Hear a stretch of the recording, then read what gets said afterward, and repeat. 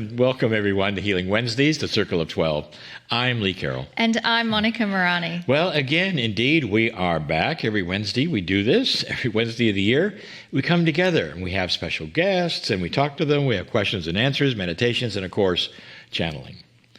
There are replays for everything we do, and it's right after the show, so I encourage all of you, don't be frustrated. Watch these replays of this program. After each one, it's a perfect recording. When's the last time you looked at your membership portal? Well, the reason I'm asking is because we have a new and improved one. We loved creating a better interface that allows you to navigate with more simplicity to the many areas that interest you. And of course, the area that interests me is the index. It allows you to navigate to your favorite program. Or if you don't have a favorite program, you can find what channel was given, what questions were asked, and what the Circle of 12 experience was through that index. And all of that was done in mind for you and to have a better experience. There's also special shows and music just for members, and there's an area for prayer requests and much more. Now, for the new members that are joining us, all the Healing Wednesday programs feature replays forever, as long as you're a member forever. And we never limit these to a certain cutoff point. So, I always say this, I encourage you to have a new look at these, your new portal. Great new features that are newly designed for this portal. So we're going to move to the questions and answers in this part of the program. And this first question comes from Ruth. Ruth is in Cambridge in the United Kingdom. And Ruth says, I have several health difficulties and I've now taken charge to void any imbalances. Do I work on each specific problem just once, or do I do it more than that? It's a great question, Ruth. So let me tell you how I do it. Because, like you, there's always multiple issues for me and my body. They change. And the question, of course, is like how best to do it. And again, specifically all at once or separately and over time or just one time. We're very linear, especially when it comes to our bodies. And Kryon has indicated to us that the body listens to our consciousness even as we are working the health puzzles. Now, it's the reason affirmations work so well, and we repeat them. So I addressed each and every issue separately in my body. I talk to my eyes, I talk to my ears, I talk to my heart. And I celebrate those parts of my body involved, and I work in to improve them, and I love on them. You know what that means? I love them, and I thank them for their improvement.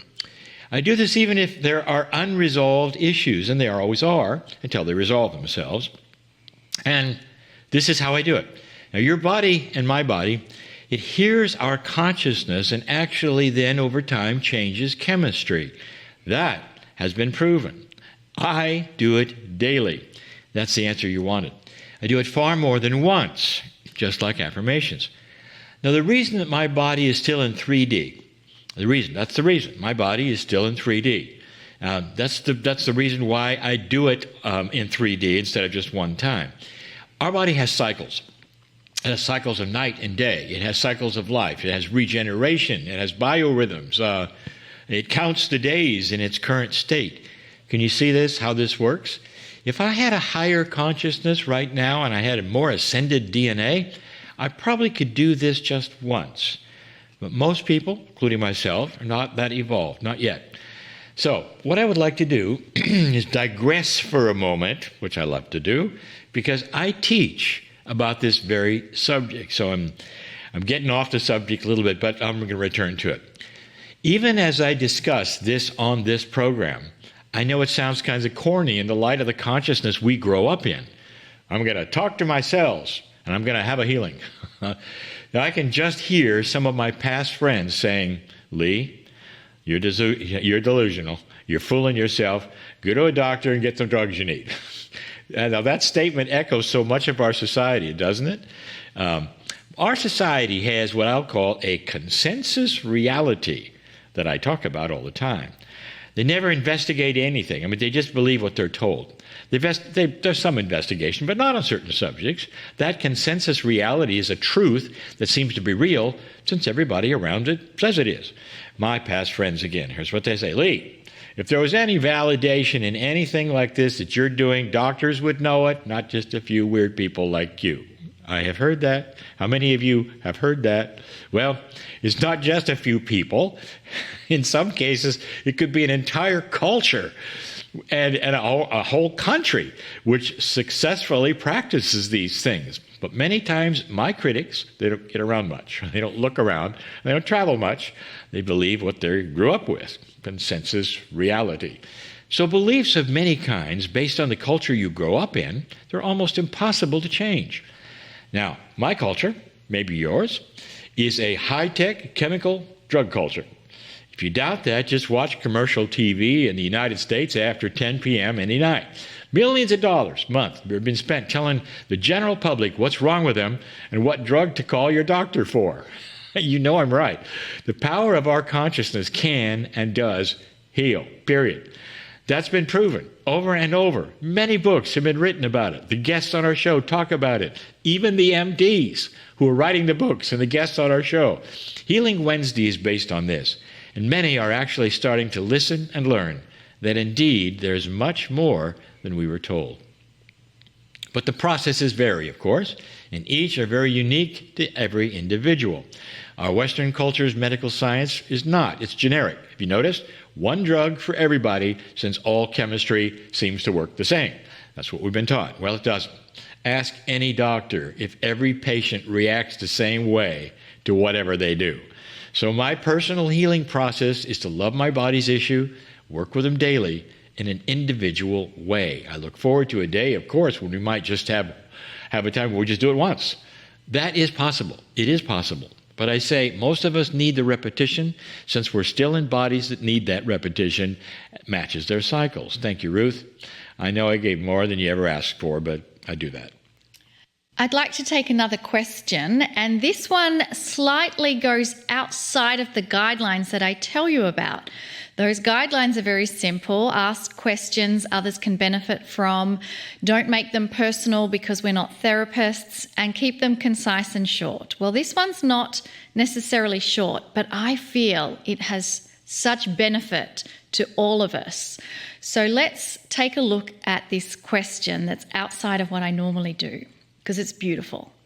Al is from California, and Al writes, I am a Native American, and I attended the Shaman's gatherings at Mount Shasta from 1991 through to 2003.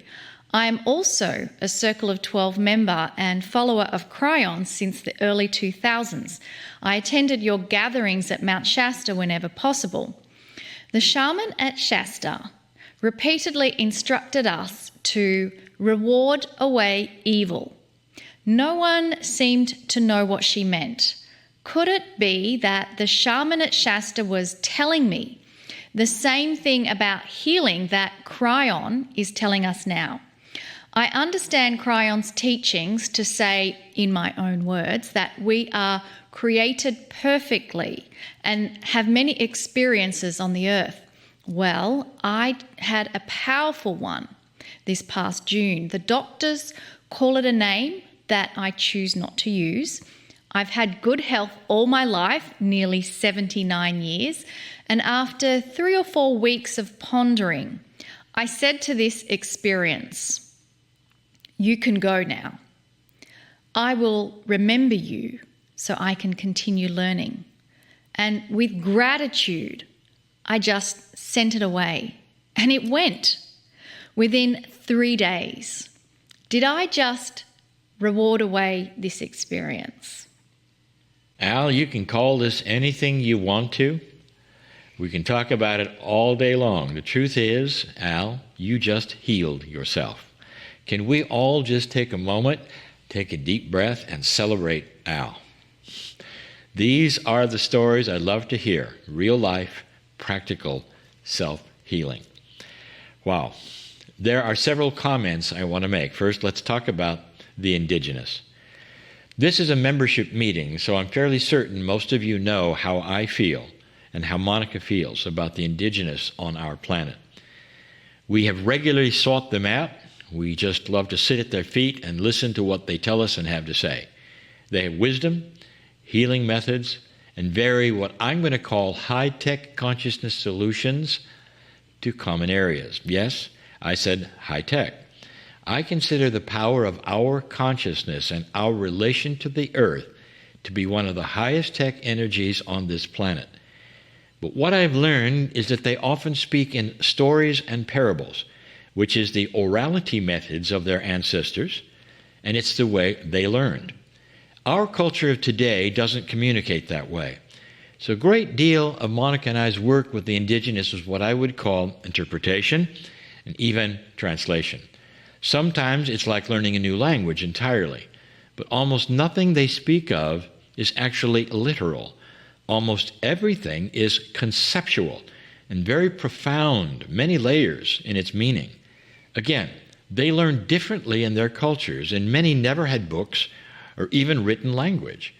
Sometimes very simple stories about what we think is mythology is instead a lesson of great practical wisdom set in story form. A real shaman, or one who is like the blood lineage, or perhaps whom the tribe has initiated as one, will often seem to speak this way.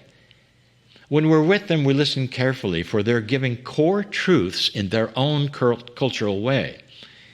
Quite often we realize that these truths are often what Kryon teaches as well. I love that when it happens, and it always happens. For the Indigenous, the sun, for instance, is always used as a life force or God to us. The animals are often used to explain life experiences, and so on. Sometimes they speak of evil. But it isn't the way we were taught about evil. It's not a scary dark energy or a monster who's going to eat you.